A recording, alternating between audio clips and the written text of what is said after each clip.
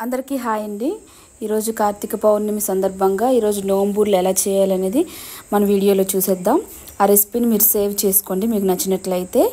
దానికి ముందుగా మనం పెసరపప్పుని 2 గంటల పాటు నానబెట్టుకొని తర్వాత మనం దానిని కొంచెం మరీ మెత్తగా కాకుండా మరీ గరుగ్గా కాకుండా గ్రైండర్ వేసుకోవాలి. గ్రైండర్ వేసిన తర్వాత అది వచ్చిన దానిలో చిన్న చిటికెడు ఉప్పు వేసి వాటిని ఇడ్లీలా పెట్టుకోవాలి. మనం ఇడ్లీ అయితే ఇడ్లీ, కుడుము అయితే కుడుము, ఎలా కావాలనుకుంటే అలా మనం ఆవిరి మీద ఉడకబెట్టుకుంటే సరిపోతుందండి. ఆ తర్వాత ఇడ్లీని మనం తీసేసి విరుపుకోవాలండి, మెత్తగా విరుపుకోవాలి. 1/2 కేజీ పెసరపప్పుకి మనం 1/2 కేజీ పంచదారని పక్కన పెట్టుకోవాలండి. అందులో కొద్దిగా వాటర్ వేసి అది మనకి కొంచెం అలా అలా లైట్గా కరుగుతుంది కదండి. ఆ కరుగుతూ మనకి తీగపాకం వచ్చేలా మనం చూసుకోవాలన్నమాట. తీగపాకం వచ్చిన తర్వాత మనం విరుపుకున్న దానిలో ఆ పంచదార పాకాన్ని, అలాగే కొబ్బరి కోరు, అలాగే యాలకుల పొడి, ఈ 3 కలిపి బాగా మిక్స్ చేసుకోవాలండి.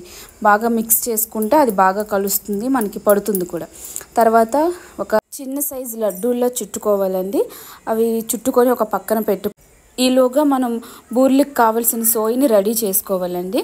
దానికి ఏంటంటే బెల్లాన్ని వాటర్లో కరిగించుకొని కొద్దిగా గోధుమ పిండి కలుపుకోవాలండి.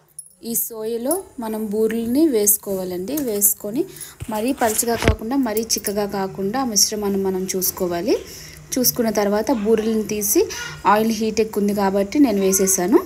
సో అవి గోల్డెన్ బ్రౌన్ కలర్ వచ్చేంత వరకు మనం వాటిని వేపుకోవాలండి. చూసారు కదా, ఈ కలర్ వచ్చేంత వరకు మనం బూరెల్ని అలా వేపుకుంటే సరిపోతుంది. చూడడానికి చాలా బాగుంటాయి ఇలా అయితే.